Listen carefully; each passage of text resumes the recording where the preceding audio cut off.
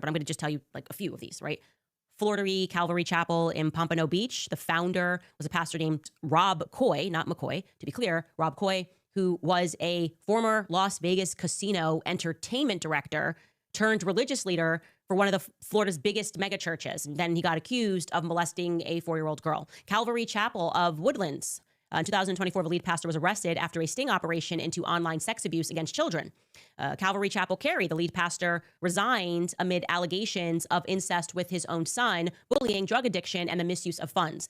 Calvary Chapel in Orange County, the lead pastor named Mission Viejo was convicted of abusing 2 girls.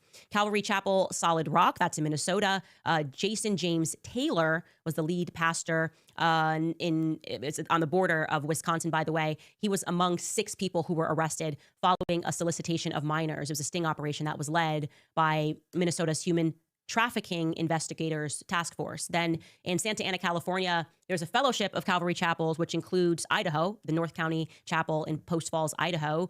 They're currently being sued by victims who accuse the church of intentionally concealing a known sexual predator in their midst. They knew his history. They hired him anyways, Anthony Iglesias, and he's currently serving time. He was found guilty in Idaho State Correctional Facility for his crimes. The lawsuit alleges that when the victim's parents went to the lead pastor, Reverend Robert Davis, to discuss their son's sexual abuse, Davis acknowledged to them, and again, this is what their lawsuit is alleging, that he knew of Iglesias' history. And he stated words to the effect of, yeah, we knew. That's why we pulled him out of Thailand. Now, Thailand, by the way, was some orphanage program that they were running.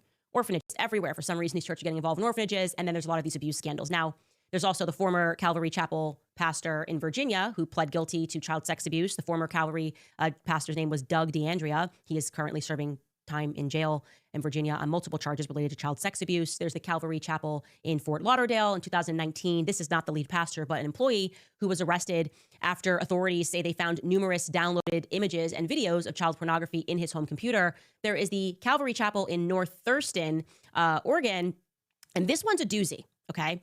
The lead pastor was this guy, Jeffrey Keon Ziz. He confessed to sexual misconduct, which involved his 3 daughters over a period of 2 years. The incestuous abuse started when the daughter was 11. He went to prison for 11 months. And then when he got out, he murdered an 80-year-old and poured concrete, 82-year-old. And then he was supposed to be her handyman. And then he murdered her and poured concrete over her body to hide the body. Epstein had his financial tentacles involved in modeling agencies, right? He was involved in the movie agencies, anywhere that you could cast people. That's where his tentacles were. And I'm not feeling good about these churches. I got to tell you that right now. I'm not feeling good about all the Christian Zios that they are sending out, defend, to say, don't look anywhere.